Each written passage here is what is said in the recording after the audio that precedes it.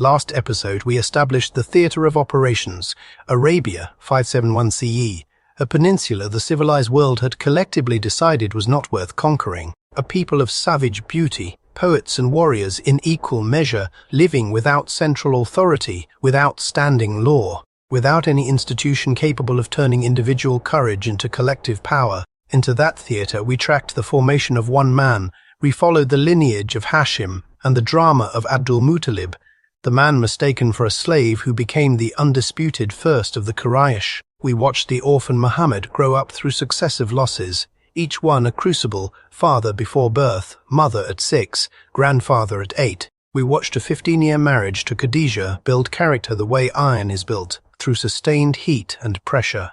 And we ended at the cave of Hijra. The first words had come. Read, "In the name of your Lord who created." The trembling man had descended the mountain. Khadijah had wrapped him and steadied him with the most consequential character reference in history. Waraka had confirmed, this is the same angel who came to Moses. And then, silence. The revelation had stopped. The interval, the fatra, the waiting, days, weeks, perhaps months of a man who has been struck by lightning, sitting alone with the afterimage, wondering if it will ever come again. The strategic situation at the close of episode 1, a message has arrived in the world. It has one convert, Khadijah. It has one frightened, extraordinary messenger. And it has 0 public profile, 0 enemies, 0 momentum. That is about to change, violently. Picture Makkah on an ordinary morning. The city is alive before the sun has fully cleared the eastern hills. The smell of camel dung and roasting meat, the sound of traders calling out their prices in the narrow market lanes, children running, women at the wells, the priests of the Kaaba beginning their morning circuits of the great black cube at the center of the city, past the 360 idols that crowd its walls, stone figures of Hubal, Lat, Uzza, Manat, and 100 others, each one representing the specific tribal identity of a specific clan, each one a node in the vast web of political relationships that holds Makkah's economy together. And somewhere in this city, Muhammad bin Abdullah, 40 years old, Al-Amin, the trustworthy, goes about the ordinary business of a man who has been split open by something he cannot fully explain and is waiting to understand what comes next. He visits the cave of Hira again and again, and the angel does not return. For weeks, for what may be months, the silence is total. But then, one day, returning from the cave, he looks up and the sky cracks open. The same figure. Between heaven and earth, filling the horizon on every side he looks. He runs home. He calls for a blanket. He wraps himself in it, shaking, and in the cocoon of that blanket, the voice comes again. Oh, you wrapped up in garments, arise and warn, and magnify your Lord, and purify your garments, and keep away from abomination, polytheism, and evils. The interval is over. The command has shifted. In the first revelation, the command was internal. Read. No. Reflect. In this second revelation, the command is external. Arise, warn, act. The private man is now being commissioned as a public figure. And here is what every great commander of history understands. The moment you go public with a challenge to power, you have started a war whether you intended to or not. Muhammad did not go to the Quraish declaring war. He went offering truth. But the Quraish heard it as a declaration of war, because for them it was won. The question is, why? And the answer to that question is the engine that drives everything that follows, all the persecution, all the migrations, all the battles, and ultimately, the conquest. So before we move to the timeline, let us understand the strategic logic of the Quraish's opposition, because they were not evil for the sake of evil. They were a power structure defending itself with the tools power structures have always used. And right now, I want you to think about this, and tell us in the comments, what would you have done if you were a Quraish chieftain in year 1 of the prophethood? Your city's entire economic position depends on the Kaaba. Your tribe's prestige depends on managing the idols. Your authority over your slaves depends on a social hierarchy. The new message explicitly attacks. What's your move? Hold that question, because the Quraysh's answer to it plays out over 13 years of increasingly desperate escalation. Let us be precise about what the message of Islam actually threatened, because popular history often reduces Quraysh opposition to simple arrogance or spiritual blindness. The reality is more interesting and more instructive. Makkah's entire economic and political model rested on three pillars. The first pillar was the Kaaba as a neutral sanctuary. Every tribe in Arabia, and there were hundreds, had its idol represented inside or around the Kaaba. This meant every tribe had a stake in Makkah's continued operation as a sacred site. It meant that during the Hajj season, hundreds of thousands of people from across the peninsula came to Makkah, spending money, trading goods, and acknowledging Quraish authority. The Quraysh did not produce anything. They had no agriculture, no mines, no manufacturing. They were middlemen, and the Kaaba was their leverage. Remove the idols, and you remove the reason every tribe in Arabia treats Makkah as special. The second pillar was the social hierarchy. Makkah had a rigid structure. The nobles of the major clans at the top, the freedmen and minor clansmen in the middle, and at the bottom, the slaves. Many of the Quraysh's wealthiest men owned slaves and depended on their labor. The message that was now spreading through Makkah said explicitly, "A slave who believes is equal before Allah to the most powerful chieftain." That was not a theological nuance. That was a declaration that the entire social order was illegitimate. The third pillar was tribal supremacy. The Quraysh were not merely proud, they were structurally organized around pride. Every clan's prestige depended on its ability to defend its honor, protect its members, and maintain its relative standing against rival clans. The message that a man from Banu Hashim was now claiming to speak for all humanity, that his authority superseded all tribal loyalties, was, to the Quraysh's political logic, an aggressive power grab by one clan at the expense of all the others. Most tribes were already at enmity with Banu Hashim. They had no intention of accepting a Hashimi prophet as their supreme authority. These were not irrational positions. They were the positions of people who had built a functioning, if unjust, system, and who understood that the new message was incompatible with that system's continued existence. They were right, and that is what makes the conflict that follows so serious and so consequential. The Prophet did not begin by shouting from rooftops. He began by whispering to the people he trusted most. Phase 1 of the Islamic expansion was almost entirely covert. For 3 years, 3 full years, the message spread person to person, in private conversations, in trusted relationships. And the results of those 3 years tell us something important about the quality of the people who were being recruited. The first convert was Khadijah. We have already met her, a 40-year-old widow and independent merchant. The person who knew Muhammad most completely chose first. The second was Ali bin Abu Talib, the Prophet's young cousin, living in his household, 10 years old or younger at the time. A child chose second. The third was Zayd bin Haritha, the Prophet's freed slave and adopted son, a man who had been given his freedom and chose to stay. He chose third. The fourth was Abu Bakr bin Abu Quhafa, and here we must stop and examine him carefully, because Abu Bakr is not just a historical figure. He is a strategic asset whose contribution to early Islam was arguably as structurally important as the message itself. Abu Bakr was a merchant. More precisely, he was a connector, a man with an unusually wide and trusted circle of acquaintances across Makkah's social structure. When Abu Bakr converted, he did not simply add one name to the list. He went to work immediately, and through his personal relationships, he brought in Uthman bin Affan, Talha bin Ubaidullah, Sa'd bin Abu Waqqas, Abdur Rahman bin Auf, and Zubair bin Awam. 5 men, each from a different prominent clan, each with resources, standing and influence of his own. A military analyst looking at this early recruitment pattern would recognize it immediately. This is not random growth. This is targeted network penetration. Abu Bakr was functioning as what a modern intelligence operative would call a talent scout, identifying high-value individuals with maximum social reach and bringing them in at the ground level of a movement. Within 3 years of silent operation, a small but remarkable community had formed. Men and women, old and young, free and slave, rich and poor. Every social category represented, and the sources record something deeply significant about this period. Every assembly and company of the Quraish was agog with the stir created by Islam. They had nothing to discuss but the new religion. 3 years of supposedly secret activity, and it was already the only topic of conversation in the city. The first educational institution was established, the house of Arqam bin Abu Arqam at the base of Mount Safa. Here, new converts came to learn, to pray together, to be formed into something that had no precedent in Arabian society, a community defined not by blood and tribe, but by shared conviction. The last person to enter Dar Arqam and complete this first generation of Muslims, we will come to him shortly.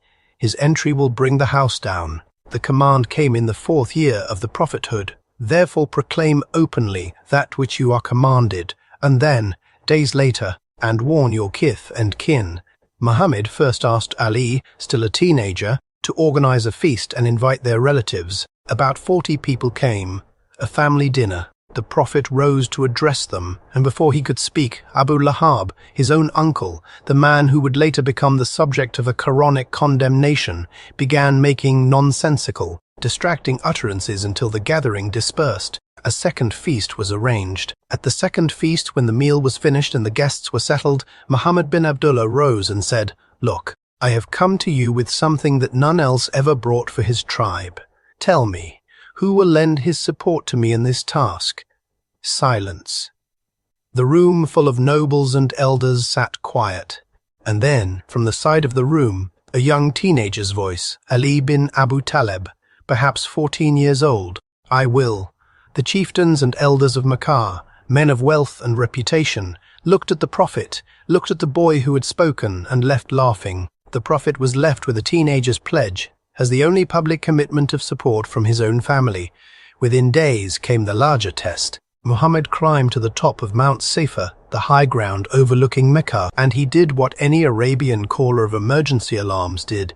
He gave the tribal call, naming each Quraish clan by name in a raised voice.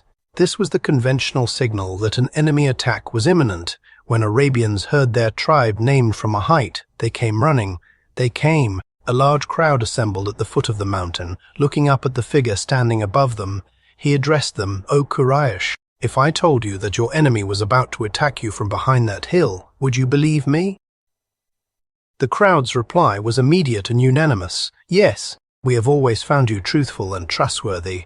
Note what just happened. The Quraish, the very people about to become his most determined enemies, in the moment before the public declaration, confirmed on the record, "We trust this man's word completely." They said it with one voice, without hesitation. This is the man they called Al-Amin. And then he said, "Well, I am a warner to you before a severe chastisement overtakes you." The crowd's response was instantaneous. Laughter, confusion, and then, cutting through it all, the voice of Abu Lahab, his uncle, a man of the Banu Hashim, standing in the crowd and declaring, "May you perish. Is it for this you have brought us here?" And with that they dispersed. The public declaration had been made. The response had been contempt and dismissal, and within days the divine reply to Abu Lahab's curse was revealed. One of the Quran's shortest chapters, and among the most pointed, "Perish the hands of Abu Lahab. He will burn in a fire of blazing flame." The private war had become public. The escalation would now be rapid.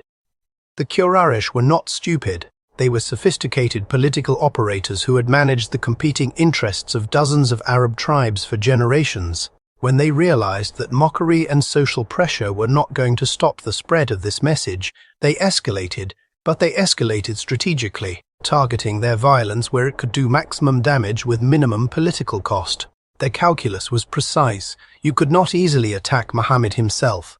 He was under the direct personal protection of Abu Talib, the head of Banu Hashim, one of the most respected men in Makkah. To kill or openly assault Muhammad was to trigger a blood feud with one of Makkah's most powerful clans.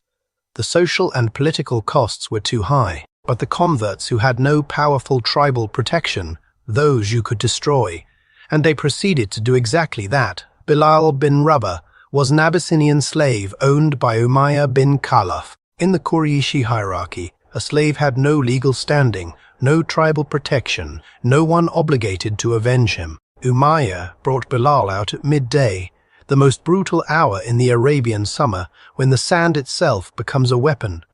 He threw him on his back on the burning ground. He ordered a massive boulder placed on his chest, weight enough to crush breathing, to flatten lung capacity, until every breath became its own small battle. At other times, his arms were tied behind his back and he was lashed. At other times, street children were given a rope tied to his neck and told to drag him through Makkah's streets and alleys and out beyond the hills of the city. Through all of it, Bilal said one thing. He kept saying one thing. Ahad, Ahad.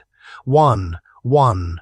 The Arabic word meaning God is one. And in that word, in that single syllable of defiance, Bilal was saying something that cut to the heart of everything the Quraysh were defending.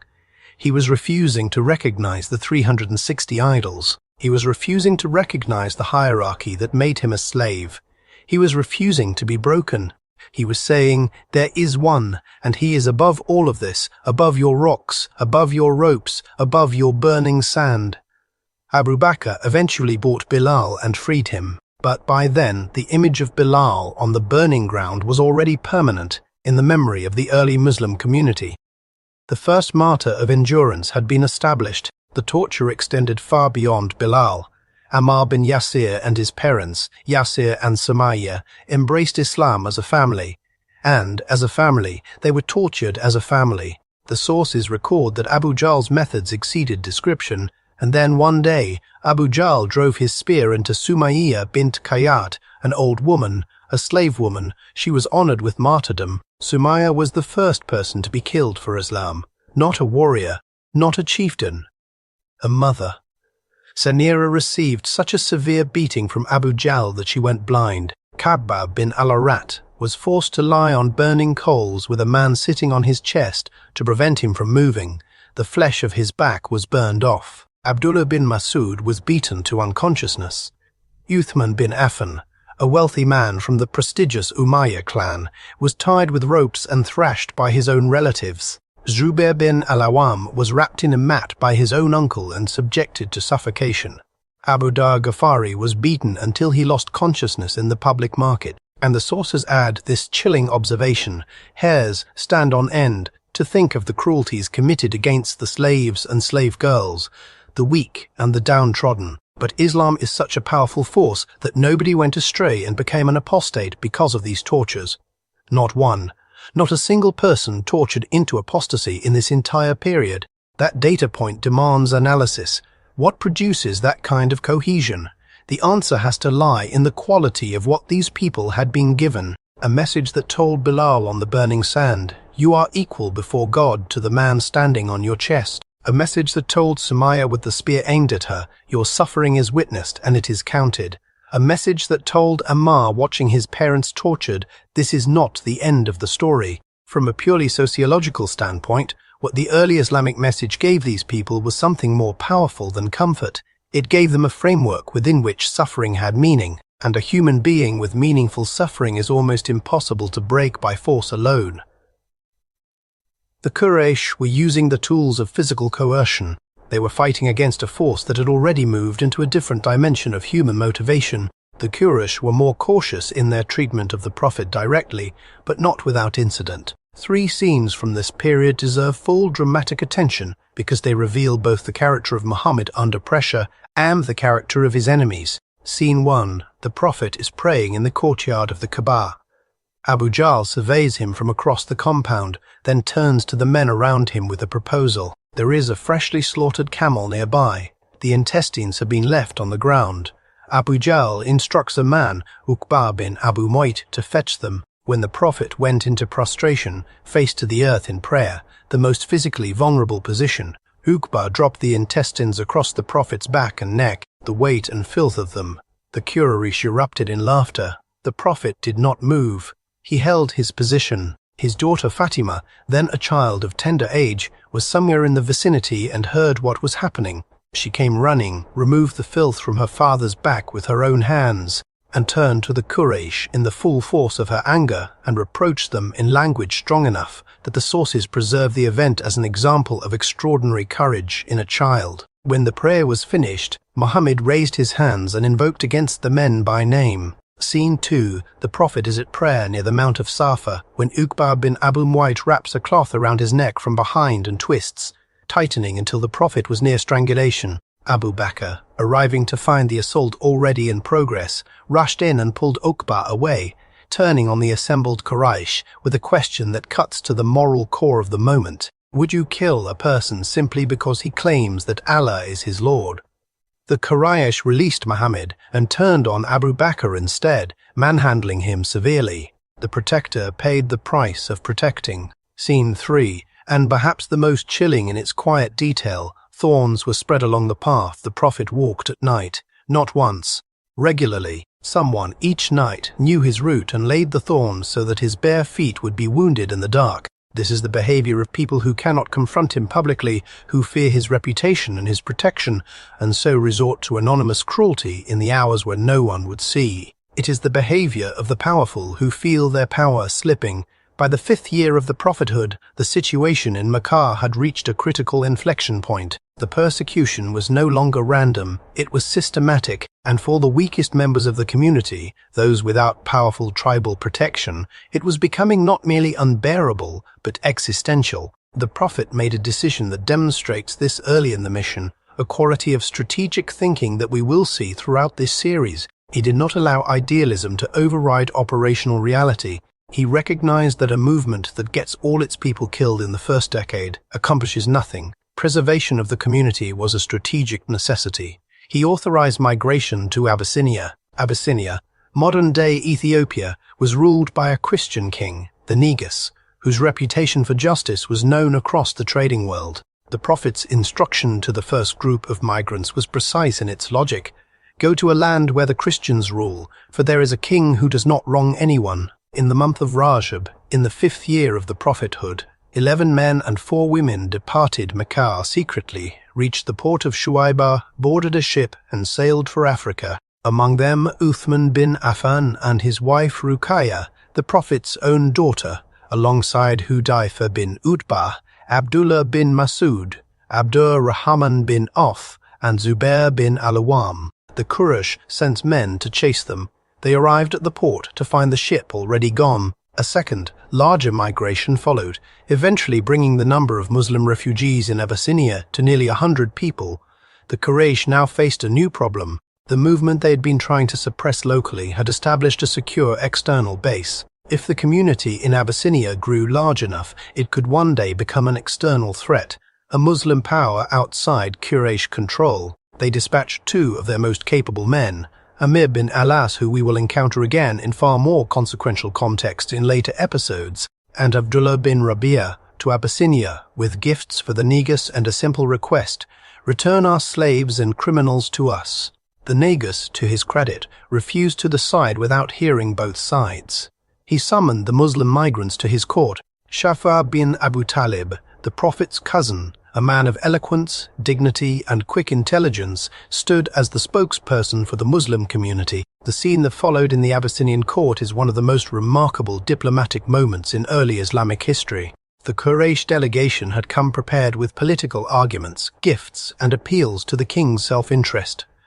Safa came with a different kind of argument. He described what Islam had given them. O king, we were a people sunk in ignorance, worshipping idols, eating carrion, committing all manner of abomination, severing the ties of kinship, wronging our neighbors, the strong devouring the weak. Then Allah sent us a messenger from among ourselves, whose lineage, truthfulness, and honor we know. He called us to worship Allah alone. He commanded us to speak the truth, to fulfill our trusts, to maintain family ties, to be good neighbors, to refrain from forbidden things and bloodshed. And then Negus asked about their beliefs concerning Jesus, clearly the critical political question. The envoys of the Quraysh leaned forward, certain this would be the fatal contradiction. The Muslims believed something about Jesus that Christians would find offensive. This would be the moment the Negus would turn against them. Jafar recited verses from Surah Maryam, the Quranic account of Jesus, his miraculous birth, his mission, his status as a prophet and the word of God. Negus listened, and when the recitation was complete, the king of Abyssinia picked up a small stick from the ground and said, "By God, Jesus, son of Mary, does not exceed what you have said by as much as this stick." He turned to the Quraysh envoys. He returned their gifts. He refused their request. He gave the Muslims his full protection. The Quraysh delegation returned to Makkah empty-handed. Their gifts came back with them. Their political gambit had failed in the most public way imaginable. Rejected by an African Christian king who found the Islamic account of Jesus more theologically precise than the Quraysh delegation's arguments against it. The suppression was not working. The external pressure had not only failed to destroy the movement, it had demonstrated on the stage of an international court that the Muslim community could articulate and defend its message with extraordinary sophistication. And back in Makkah, in the 6th year of the prophethood, two men were about to enter Islam who would change the tactical equation of the conflict entirely. Hamzah bin Abdul Muttalib was everything that the word war conjures. The sources describe him as the bravest and most courageous of the Quraish, a man who spent his days hunting in the wilderness with his bow and returned in the evenings to circumambulate the Kaaba. He loved his nephew Muhammad deeply. He had not yet accepted Islam. On a day in the 6th year of the prophethood, Hamzah was returning from a hunt when he passed a slave woman of the nobleman Abdullah bin Jadaan. She stopped him. She described what had just happened at the Mount of Safa. Abu Jahl had encountered Muhammad there and had heaped every possible insult and indignity upon him. Verbal abuse, and then he had hit him with a stone, drawing blood, and Muhammad had walked home in silence, without retaliation, without saying a word. The silence enraged Hamzah more than any act of violence could have. His nephew, his blood, had been struck in public by a man who was sitting complacently with his friends at the Kaaba right now. Every fiber of Hamzah's Arabian identity demanded a response. He went straight to the Kaaba. He found Abu Jahl, and in front of Abu Jahl's assembled friends, Hamzah struck him across the head with his bow, opening a wound, saying, "Would you dare insult him if I followed his religion and say what he says?" Abu Jahl's followers rose to defend their chief. Abu Jahl stopped them. His calculation in that moment was remarkable in its political self-awareness. He told his men that yes, he had crossed the limits, and that if Hamzah had not taken revenge, he would have been counted among those lacking a sense of honor. Abu Jahl was worried that a confrontation would lock Hamzah irrevocably into the Muslim camp out of tribal loyalty rather than conviction, that it would make Hamzah Muslim because of the fight, rather than despite himself. Abu Jahl was half right about the mechanism and entirely wrong about being able to prevent it. When Hamzah went to the Prophet and reported what he had done, Muhammad said, "O uncle, this is not pleasing to me. I would truly be pleased if you came into the fold of Islam." And something in the quality of that response, in the complete absence of any satisfaction at violence done on his behalf, in the quiet priority of the message over the politics of honor, something broke open in Hamzah. He embraced Islam then and there. The conversion of Hamzah bin Abdul Muttalib was not merely a spiritual event, it was a strategic recalibration. Hamzah was the most feared fighter in Makkah. The Quraysh had been able to conduct their persecution knowing that the Prophet's protection under Abu Talib was political, a tribal obligation that an elderly man might eventually be pressured to withdraw. Hamzah's presence was something different, a warrior who had chosen, who would not be negotiated with, who would not be pressured. The sources record plainly, the Quraysh now had to be cautious in dealing with the Prophet and his companions. Caution from the Quraysh for the first time. But the event that truly altered the moral geography of Mecca came shortly after, and it began with a man who was trying to commit murder. Umar bin Khattab. Let us establish who this man was before we tell the story of his conversion, because the story only has its full weight if you understand the instrument. Umar was 33 years old. He was a wrestler. He was physically powerful and temperamentally aggressive in the way that the Arabian nobility valued above almost all other traits. He had been one of the most committed persecutors of the early Muslim community, a man who would seize individual Muslims and beat them until he was exhausted, take a rest, then continue. He had tried his level best to break converts and return them to the old faith. He had failed every time. Frustrated and furious, one day Umar stood in a gathering of the Quraish and announced his intention. He was going to solve the problem at its source. He was going to kill Muhammad. Abu Jahl reportedly offered him 100 camels and 125 kilograms of silver as a reward if he succeeded. Umar walked out into the streets of Makkah with his sword unsheathed. Sa'd bin Abu Waqqas, a Muslim, encountered him. "Where are you going in this manner?" "I am going to assassinate Muhammad today, so that the calamity that has overtaken the Meccans is no more experienced." "Do you not fear the retaliation of Banu Hashim? So far as there is a sword in my hand, I fear none." And then, his eyes narrowing, "As you appear to be a staunch supporter of Muhammad, let me kill you first." And Sa'd bin Abu Waqqas, standing before a man with an unsheathed sword who had just expressed intention to kill him, replied with one of the most tactically precise sentences in this entire saga: "Take care of your own household first before killing Muhammad and me, for your sister has already embraced Islam." Umar's path to Muhammad became, in that instant, a path to his sister's house. He turned and went.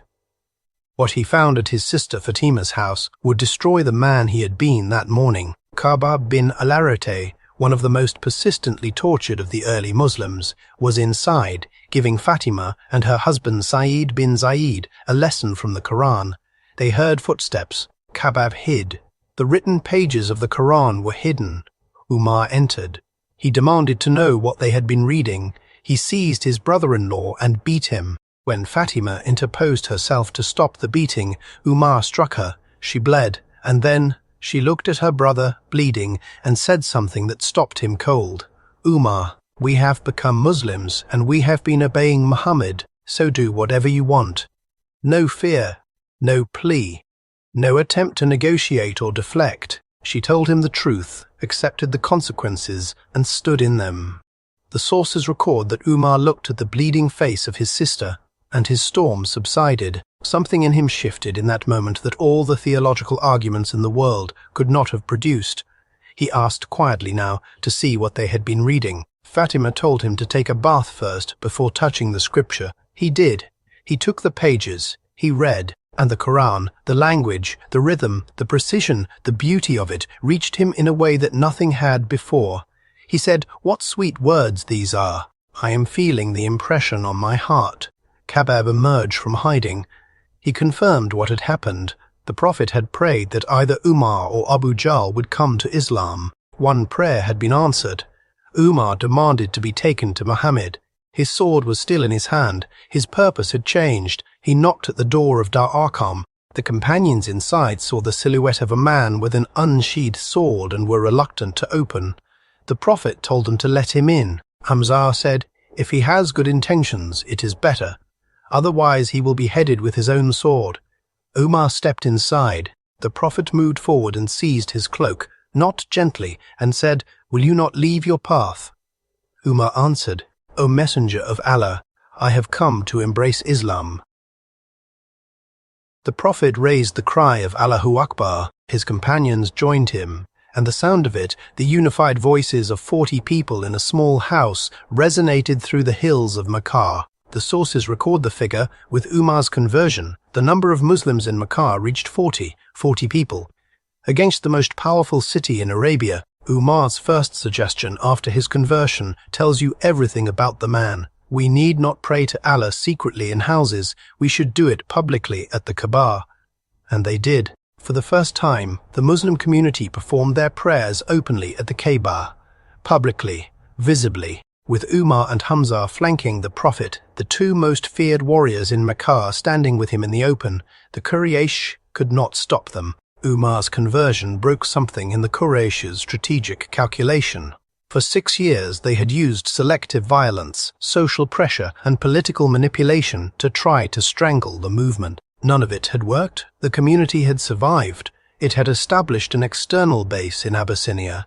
It had just acquired 2 of Makkah's most capable fighters, and now Muslims were praying at the Kaaba itself. Desperation produces dangerous decisions, and the decision the Quraysh now made was both the most extreme they had yet attempted And, in the long run, one of their most damaging miscalculations. They went to Abu Talib with a final offer and a final threat: hand Muhammad over to us, or the entire Banu Hashim, not just the Muslims, but the whole clan, faces complete social and economic destruction. When Abu Talib refused, they executed the threat. A written agreement was drawn up, signed by the leading figures of every major Quraish clan, and hung on the Kaaba itself, the sacred center of Makkah, for maximum symbolic impact and public visibility. The terms were total. No Quraishi would sell food to Banu Hashim or Banu Abdul Muttalib. No marriages, no commercial dealings, no conversions dealings, no conversations, no food from any quarter. The boycott would remain until Muhammad was handed over. Abu Talib, still not a Muslim, gathered his entire clan and led them out of Makkah into the hill pass known as Shib Abu Talib. Every Muslim followed. The only man of Banu Hashim who refused to go, who sided with the Quraish, was Abu Lahab, his own uncle, for 3 years. 3 years in a mountain pass, living on whatever they could scavenge during the Hajj months when the peace truce prevented outright violence. Children crying from hunger. The sources record that the sound of the babies wailing reached Makkah and stirred even some non-Muslim Quraish to private shame. When someone tried to sneak food in, the Quraish blocked them. When the Muslims came out during Hajj to trade and buy food, the Quraysh followed them everywhere, warning people not to sell to them, calling Muhammad insane and a sorcerer. And yet, the Prophet used the Hajj months to preach. To every caravan that passed through, to every tribe gathered for the pilgrimage, he brought his message. The Quraysh followed him and contradicted him. He spoke, they undermined. He persuaded, they warned the listeners away. But from within that 3 years of siege, from within that place of starvation and isolation and pressure, the Muslim community was forged into something qualitatively different from what it had been before. Hardship is perhaps history's most reliable institution builder. Those who survive it together are bound by something that prosperity cannot create. 3 years. Then fissures appeared in the Quraysh's solidarity. Suhair bin Abu Umayyah, whose maternal uncle was Abu Talib himself, began working on the Quraysh from within. He brought others round to his view. This boycott was an injustice, and the Quraysh's own sense of honor demanded they end it. Mutim bin Adi, Abul Bakhtari bin Hisham, Zamar bin al-Aswad joined him, and then came a further sign that the agreement was already delegitimized. The written document hung on the Kaaba. The supposedly binding contract was found to have been eaten by insects. Every word had been consumed, the sources record, except for the name of God that appeared in it. The boycott ended. The community returned to Makkah, but they returned to devastation. The 10th year of the prophethood, the year that the sources call Am al-Huzn, the year of sorrow. Within months of the boycott's end, the Prophet suffered 2 losses that stripped him of his 2 most critical external protections. Khadijah died, the woman who had been his first convert, his greatest supporter, his financial foundation, his emotional anchor for 25 years. The woman who had stood in the cave and said, "By no means will he put you to shame," was gone. He had known no other wife. He had built his adult life in the shelter of her certainty. Her death left a grief that was not merely personal. It was structural. She had been the resource base of the early movement. Then Abu Talib died. Abu Talib had never become a Muslim. The sources record that at his deathbed, the Prophet urged him to say the words of testimony, and Abu Talib, loyal to his ancestors until the last breath, could not bring himself to do it. But he had protected his nephew for 40 years. He had sheltered the message from its most powerful enemies. He had refused every Quraysh inducement and every Quraysh threat. His protection had been real, consistent, and costly. Without Abu Talib, the Prophet's position in Makkah became immediately more precarious. In the tribal framework, a man without a powerful protector was vulnerable to any attack his enemies chose to launch, and the Quraysh understood this perfectly. The escalation was immediate, where before there had been restraint in direct attacks on the Prophet himself. Because Abu Talib stood behind him, now individuals felt free to act. The insults intensified. Physical attacks became more brazen. Muhammad bin Abdullah looked at Makkah and made a decision. He had to find protection elsewhere. He traveled to Taif, a city in the mountains south of Makkah, home of the Banu Thaqif tribe, a potential alternative base of operation. The people of Taif, the sources record, proved worse than the Makkans. Their leaders refused to hear him, and when he left, they sent their street youths after him, lining the road with people who pelted him with stones as he walked. He was struck until blood ran down his legs and filled his sandals. He walked for miles through this gauntlet. He found shelter eventually in a garden, sat under a tree, and in that moment of perhaps the greatest external humiliation of his entire mission, bleeding, rejected, alone, his two great protectors recently dead, his city closed against him. The alternative city just chased him out. The sources record what he said. He raised his hands and he prayed. And the prayer was not for revenge. It was not for relief. It was acknowledgement of his own weakness before God and trust that if God was not angry with him, he could bear anything else. O Allah, I complain to you of my weakness, my lack of resources, and my humiliation before people. You are the most merciful of those who show mercy. You are the Lord of the weak, and you are my Lord. Do not leave me to a distant person who will glower at me, nor to an enemy to whom you have given power over me. If you are not angry with me, I do not care about anything, but your favor is more expensive for me. An angel was sent to him in that garden, the sources record, with an offer if he commanded it. The angel would bring the two mountains flanking Taif together and crush the city between them. His answer, no. If they do not accept Islam, perhaps their children will. The Prophet returned to Makkah under the protection of Mutim bin Adi, a non-Muslim nobleman who had helped break the social boycott. Mutim and his sons stood outside the Kaaba with their swords drawn, while Muhammad entered and completed his circumambulation. When the Quraish asked Mutim his relationship to Muhammad, he answered simply, I have no relationship with Muhammad. I am simply his supporter, and while he enjoys my protection, no one may look at him with evil eyes. Mutim's protection silenced the Quraish, but it was borrowed time. Borrowed authority. The strategic situation was this. Islam had survived 13 years in Makkah, but Makkah itself had proven to be a closed system. The city's entire social and economic structure was organized against the message. There was no scenario in which Makkah's leadership voluntarily accepted a transformation that would strip them of the idols, the inequality, and the tribal supremacy on which their power rested. The movement needed a new theater of operations, and then, in the 10th year of the prophethood, came the night of Ascension. The Mirage, the prophet was taken from Makkah to Jerusalem, then lifted through the heavens. He met the earlier prophets. He received the commandment of prayer.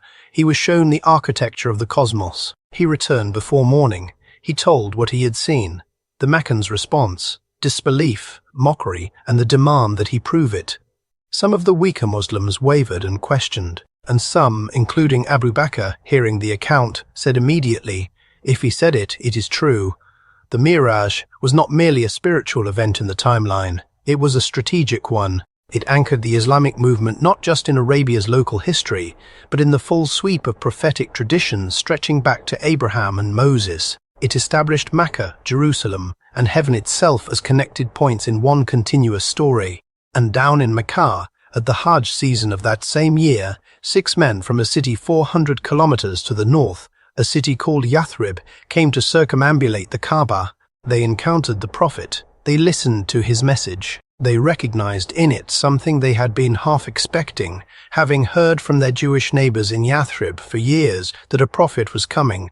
They went home. They told their people. The door that Makkah had kept closed for 13 years was about to be opened, not by force, not by political maneuvering, but by the simple act of 6 men from Yathrib sitting down with Muhammad and hearing what he had to say. The Hijra, the migration to Medina, is coming, and with it, the end of the defensive phase of Islamic history and the beginning of something that Persia, Byzantium, and every power in the known world was wholly unprepared to face. Next episode, the Great Migration, the political genius of the Charter of Medina, the transformation of a persecuted religious community into a sovereign state, and the moment Abu Bakr and the Prophet sat in a cave for 3 nights while the most powerful city in Arabia hunted them. The question I want you to sit with until we meet again is this. For 13 years, the Quraish used every tool available to a dominant power, ridicule, economic pressure, physical torture, social boycott, and diplomatic isolation, and they failed to stop the message. What does it tell you about a movement when every conventional instrument of suppression fails against it? Tell us in the comments. The historians among you will have one answer, the strategists among you will have another, and I suspect both are right. This is the House of Wisdom. The migration changes everything. We will see you there.